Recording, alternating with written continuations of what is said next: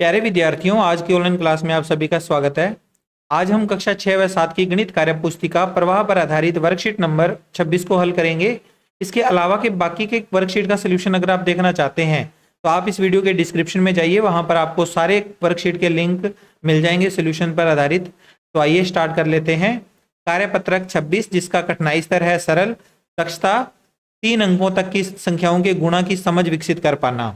तो इसका पहला प्रश्न करेंगे। सबसे पहले हल कीजिए 7 गुणा 20।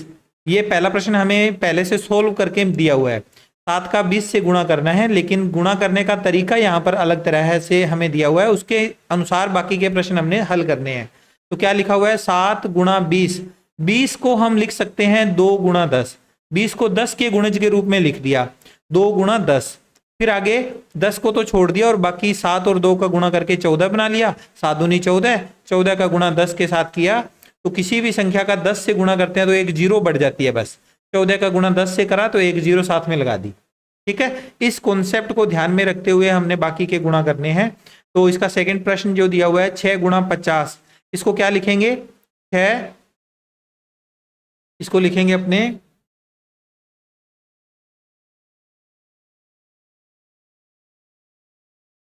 सोल्व करते हैं इसे। देखो 6 गुणा 50 में हम लिखेंगे पहले 6, फिर गुणा में 50। 50 को 50 ना लिखते हुए हम लिखेंगे 5 गुणा 10। तो ये बन जाएगा 6 और 5 का गुणा 30, 30 और इंटू में इसके आ जाएगा 10, 30 और 10 का गुणा 300। सेम इसी तरह से 9 का 60 से गुणा हो रहा है तो 9 गुणा 60 को लिख देंगे 6 गुणा 10। अब हमें 9 का गुणा 6 से करना है, 9 छिके 54 और गुणा में इसके 10। तो 54 का गुणा 10 से करेंगे तो 540 आ जाएगा।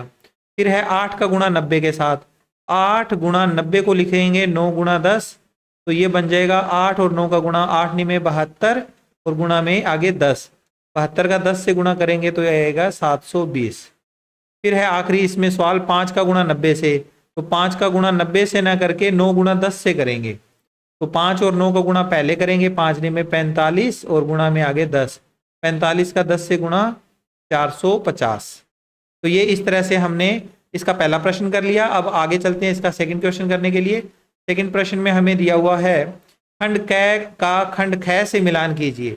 इधर खंड कै दिया हुआ है, इधर खंड ख दिया हुआ है। आपस में इनका मिलान करना है और गुणा देख कर करना है। पहले देखो 26 का गुणा 0 से हो रहा है। 26 का गुणा जब 0 से करेंगे तो आंसर 0 ही आएगा। कारण इसका यह है कि 0 जब गुणा में आ जाता है ना, आगे कोई भी संख्या लिखी हो उससे कोई फर्क नहीं पड़ता, गुणा में 0 आने पर 0 उत्तर आता है। 0 का गुणा किसी भी संख्या से कर दीजिए, 0 ही आंसर आएगा। तो इस 0 के कारण 26 गुणा 0 का मान 0 हो जाएगा। यहां पर खंड ख में ये रहा 0, तो इसको अपने 0 से मिलान कर देना है इस तरह से। फिर 118 का गुणा 1 से हुआ है, तो 1 से गुणा करने पर सेम वही नंबर आ जाता है वापस।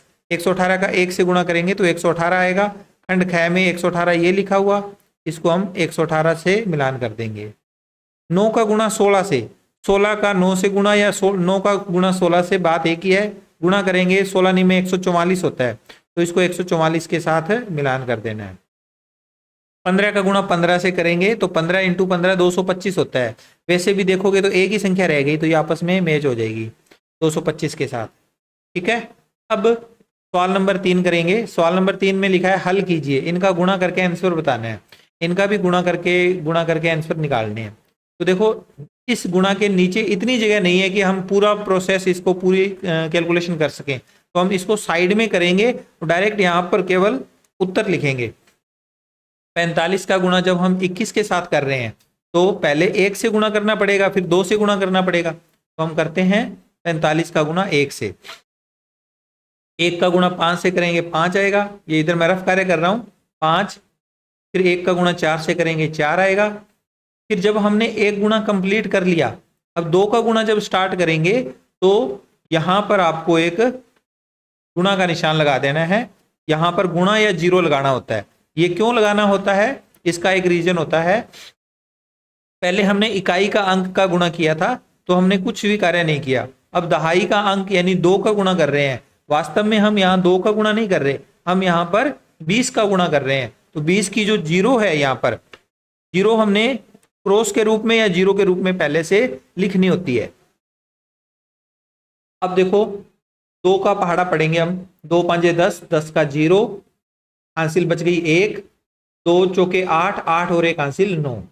तो ये बन गया ऊपर तो 45, नीचे यहाँ क्रॉस और आगे 90। अब इनका जो जोड़ आएगा वो मैं डायरेक्टली यहाँ पे लिख रहा हूँ। 5 में 0 जोड़ेंगे या क्रॉस है तो इसका मतलब ये 0 ही है।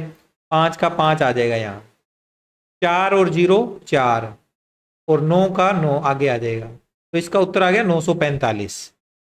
ठीक है, रफ कार्य को आप यहां से रफ कर दीजिए। ये कार्य आप अलग से अलग कॉपी में करके भी कैलकुलेशन कर सकते हो।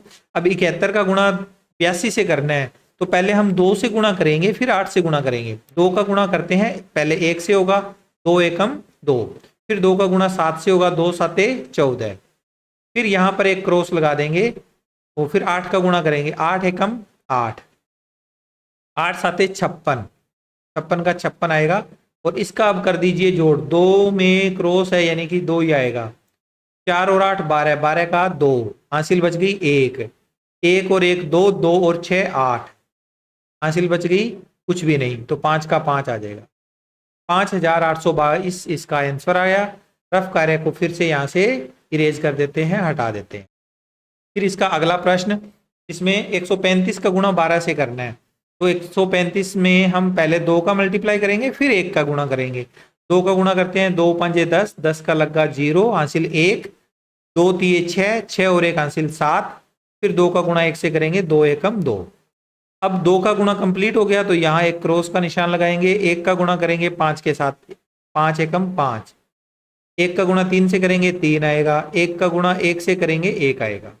अब इनका कर दो जोड़, जोड़ मैं इस तरफ ही लिखूंगा, 0 का 0, 7 और 5 12, 12 का 2, हासिल 1, 1 और 2 3, 3 और 3 6, हासिल कुछ भी नहीं बची, और 1 का 1 आ गया, 1620।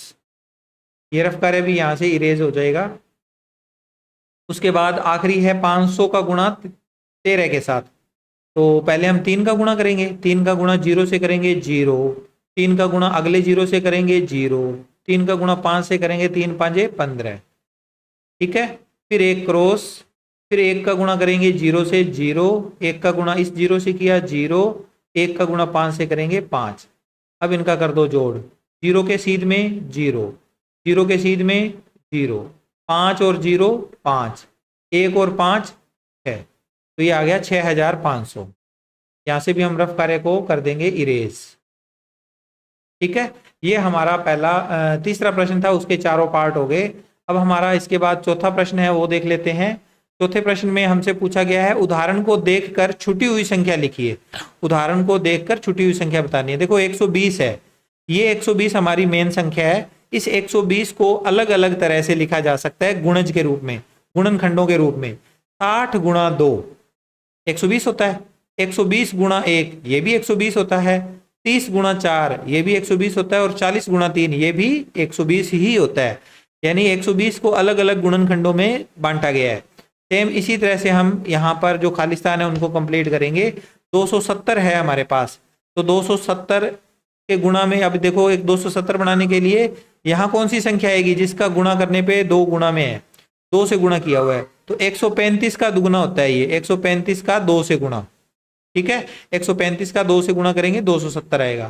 3 से गुणा यानी 9 तिये 27 होता है, तो 90 तिये 270 हो गया।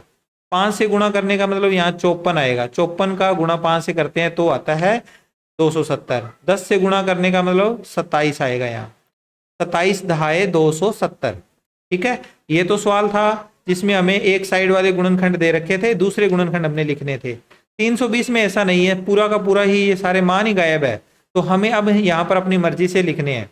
320 के अपनी तरफ से कोई गुणनखंड करने हैं, तो पहला गुणनखंड अपने कर लेते हैं 160 का गुणा 2 के साथ करेंगे तो 320 ही आएगा। फिर यहाँ पर 80 का गुणा 4 के साथ, 80 चौके भी 320 होगा। फिर इसके बाद 40 का गुणा 8 के साथ, ये भी 320 है, और इसके बाद 20 का गुणा 16 के साथ, ये भी 320 है। तो हमें अपनी मर्जी से इन संख्याओं को लिखना है, जैसा आपको अच्छा लगे वैसे आप लिख सकते हो। मैंने ये कुछ गुणनखंड लिख दिए, आप इनको अलग तरह से भी दर्शा सकते हो। आगे इसका 5वां और अंतिम सवाल है, नीचे कुछ वस्तुओं के मूल्य दिए गए हैं, जैसे किताब का मूल्य, पुस्तक का मूल्य कितना है 30 रुपए, ताले का मूल्य 40 रुपए, जग का मूल्य 75 रुपए, बाल्टी का मूल्य 120 रुपए और गुड़िया का मूल्य 100 रुपए है। हमें नीचे प्रश्न दिया हुआ है, इसका आंसर बताना है इनको देखकर। इसमें पहला प्रश्न पूछा गया है 5 तालों की कीमत, यहाँ बतानी है 5 तालों की कीमत कितनी होगी।